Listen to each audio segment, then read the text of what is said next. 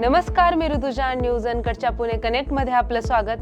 पाहुयात पुण्यातील महत्त्वाच्या घडामोडी. महापालिकेच्या हद्दीतील समाविष्ट झालेल्या 23 गावांमधील ड्रेनेज लाईन आणि मैल पाणी शुद्धीकरण केंद्र उभारण्यासाठी ठेवण्यात आलेल्या 80 कोटी रुपयांचे वर्गीकरण करण्याचा प्रताप महापालिका प्रशासनाने केलाय.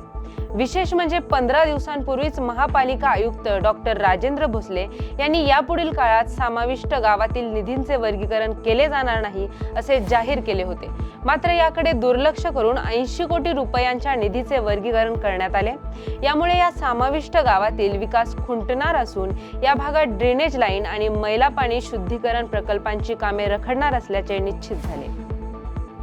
पुण्यातून प्रयागराज येथे जाण्यासाठी विमान सेवा सुरू करण्यात आली आहे. प्रयागराजला जाणाऱ्या रेल्वे गाड्यांची आरक्षणे पूर्ण झाल्याने अनेक नागरिक विमानांचा पर्याय निवडत आहेत. पुण्यावरून प्रयागराज येथे जाण्यासाठी थेट विमान सेवा नव्हती. मात्र आता अकासा एअर कंपनीने कालपासून 1 महिना दररोज लोहगाव आंतरराष्ट्रीय विमानतळावरून प्रयागराजसाठी विमान सेवा सुरू करणार असल्याची घोषणा केली आहे. राज्याचे उपमुख्यमंत्री एकनाथ शिंदे हे शुक्रवारी म्हणजेच 31 जानेवारीला पुरंदर तालुक्याच्या दौऱ्यावर येत आहेत. सासवड येथील पालखी मैदानावर सभा घेऊन पुरंदरच्या जनतेने विजय शिवतरे यांना निवडून दिल्याबद्दल ते आभार मानणार आहेत. याबाबतची माहिती पुरंदरचे आमदार विजय शिवतरे यांनी आज माध्यमांना दिली आहे. नगर रस्त्यावरील वाहतूक कोंडीची पाहणी करण्यासाठी पोलीस आयुक्त अमितेश कुमार आज स्वतः रस्त्यावर उतरले. वाघोली परिसरातील कोंडी, सिग्नल व्यवस्था, कोंडीची ठिकाणांची पाहणी करण्यासाठी पोलीस आयुक्त अधिकाऱ्यांबरोबर 1.5 किलोमीटर चालत गेले. वाघोली पुण्याचे प्रवेशद्वार आहे. या भागातून जाणाऱ्या नागरिकांना कोंडीचा त्रास सहन करावा लागत असल्याने पोलीस आयुक्तांनी खराडी जकात नाका ते पेरणे फाट्यापर्यंतच्या अतिक्रमणांवर कारवाई करण्याचे आदेश दिलेत. तसेच या भागातील वाहतूक समस्या सोडवण्यासाठी सर्व यंत्रणांनी एकत्रित येऊन काम करावे. तसेच 10 फेब्रुवारी पर्यंत या भागातील वाहतूक समस्या सोडवावी अशा सूचना दिल्यात. पुणे शहरात येणाऱ्या प्रवाशांची होणारी गैरसोय लक्षात घेता पुणे महानगरपालिकेने शहरातील प्रमुख प्रवेशद्वारांवर वाघोलीसह 60 ठिकाणी अत्याधुनिक आणि वातानुकूलित VIP स्वच्छतागृहे उभारण्याचा निर्णय घेतलाय.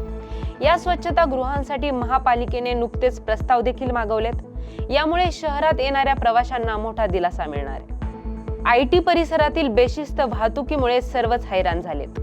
आडमुठ्या वाहन चालकांमुळे प्रमुख मार्गावर होणारी दैनंदिन वाहतूक कोंडी आणि अपघातांना वाहन चालक वैतागले असून वाहतूक पोलिसांनी वाहतुकीला शिस्त लावावी अशी अपेक्षा ITNs व्यक्त करत आहेत. या संदर्भात जिल्हा नियोजन समितीचे सदस्य काळूराम नडे यांनी नुकतेच वाहतूक विभागाच्या वरिष्ठ अधिकाऱ्यांना पत्र पाठवून संतप्त भावना व्यक्त केल्या.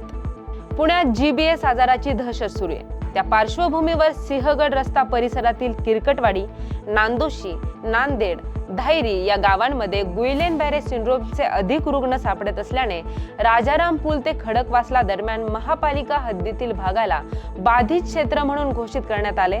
महापालिकेकडून या ठिकाणी घरोघरी जाऊन सर्वेक्षण करण्यात येते. या आजारावर नियंत्रण मिळवण्यास यश मिळत असल्याची माहिती आरोग्य विभागाच्या प्रमुख डॉक्टर नीना बोराडे यांनी दिली आहे. पुण्यात कायदा आणि सुव्यवस्थेचे 3-13 वाजल्याचं पाहायला मिळतंय.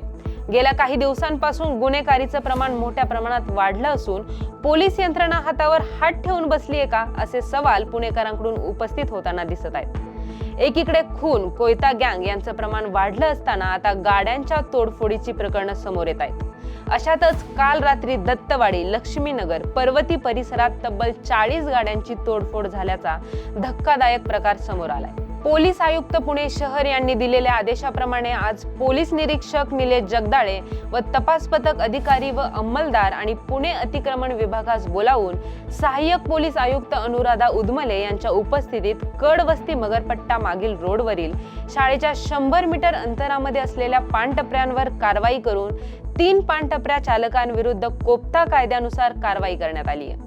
सिंहगड रोड येथील पानमळा परिसरात टोळक्यांनी दुचाकी, रिक्षा आणि मोटारीला कोयता दाखवून काचा फोडल्या व दहशत माजवली. या प्रकरणी 5 ते 6 जणांच्या विरोधात पर्वती पोलीस ठाण्यात गुन्हा दाखल करण्यात आलाय. पोलिसांनी दिलेल्या माहितीनुसार टोळक्यांनी पानमळा, दत्तवाडी आणि जनता वसाहत भागात मंगळवारच्या मध्यरात्री शिवीगाळ करून दहशत माजवली. त्यामुळे आजूबाजूच्या परिसरात भीतीचे वातावरण निर्माण झाले. या बातमीसह वेळ झालीये पुणे कनेक्ट मध्ये इथेच थांबण्याची. पाहत रहा न्यूज अनकट.